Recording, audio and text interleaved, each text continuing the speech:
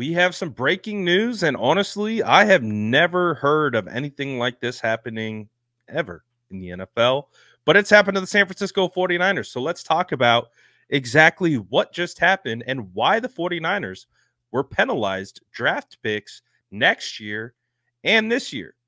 Let's talk about it. So Matt Mayoko was the first to report on this. It's obviously been reported everywhere now.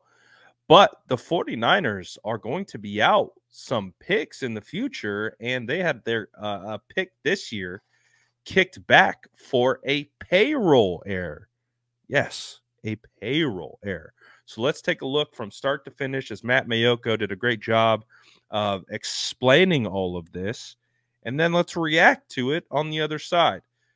Matt Mayoko says the NFL announces that the 49ers will forfeit their original fifth-round selection in the 2025 draft and will have their 2024 fourth-round selection, number 131, moved to the end of the fourth round behind compensatory picks 135. So let's react to this really quickly.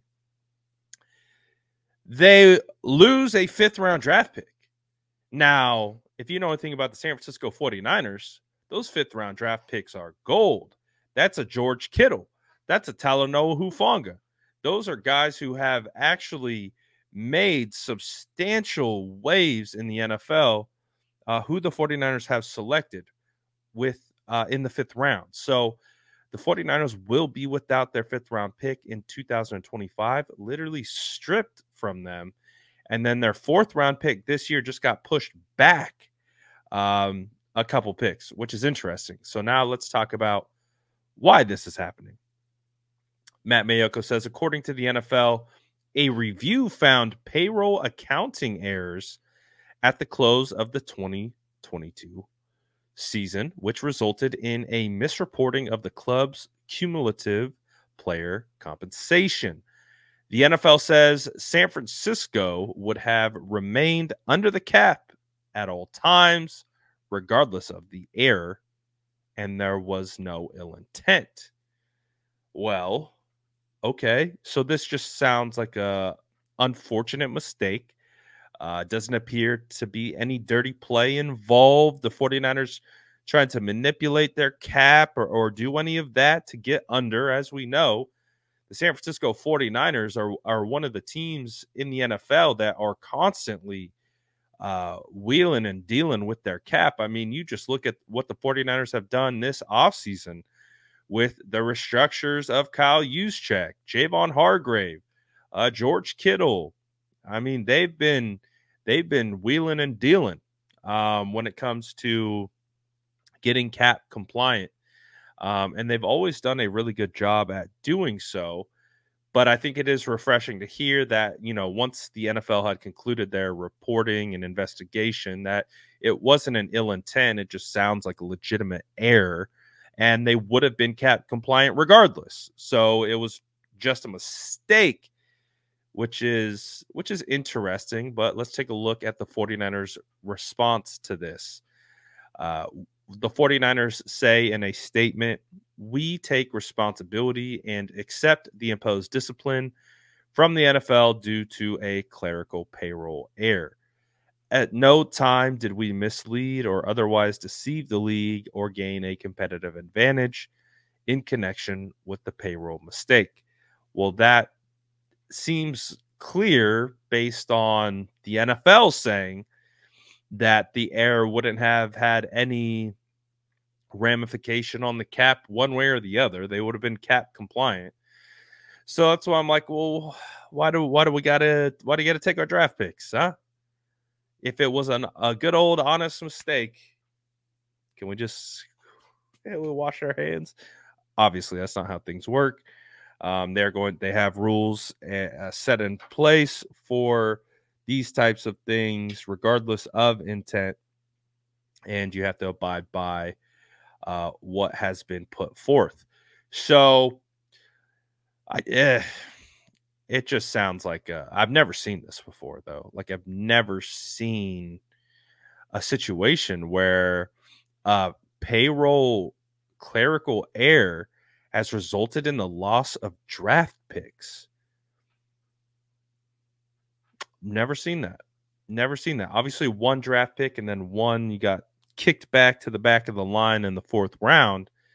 But hey, those 5th round picks have been valuable for the 49ers. So just an interesting situation. The way it all panned out and the 49ers losing picks as a result. So again, I think it's abundantly clear that this isn't there wasn't any ill intent involved. This wasn't the San Francisco 49ers trying to finesse the league by any stretch of the imagination. And again, Parag Marathe and his group have always seemed to done a phenomenal job when it comes to staying cap compliant. Again, the cap for me is just so far out of my league.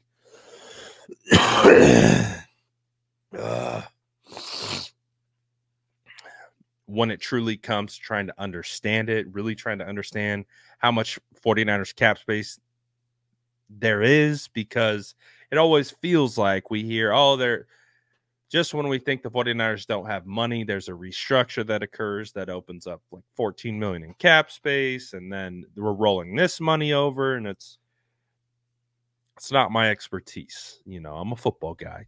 Give me the film, give me the tape. Let's break down some prospects. That's where I'm at. So I lean on guys like Mayoko to tell me what's going down with the cap. But so I don't know. It seems like an honest mistake. Unfortunately for the 49ers, it results in them losing a valuable draft pick. We'll see what that impact looks like this year, because it's going to be fascinating to kind of go back and see who gets picked in that original 131 slot and what it looks like when the 49ers draft. Like, I think back to when the 49ers took Ty Davis Price. You know, I really wanted them to take Rachaad White out of ASU, but he went 2 picks before the 49ers were on the clock to the Tampa Bay Bucks. He's obviously became almost a workhorse running back for the Tampa Bay Bucks, and the 49ers, Ty Davis Price, was cut after 2 seasons. It's not even on the current roster right now. So there are plenty of examples of just a couple spots can change, you know, the outcome of being a hit or a miss, you know. And again, I just use that example just because it sticks out to me. I have no idea if the 49ers had any interest in going after White or not. But again, those guys that I really wanted, and they go Ty Davis Price, is not even on the roster after 2 years. So it's pretty significant. You know, let's just say, for example, they were interested in Rachaad White. That's a pretty significant change in the trajectory, because if you have a running back room right now of Christian McCaffrey, Rachaad White, Elijah Mitchell, and Jordan Mason, that running back room is insane. But you get the point. So we'll see. We'll see what the outcomes of this will be, how it impacts the 49ers. Let me know what you guys think about this in the comments below. And as always, make sure to like and subscribe for more updates.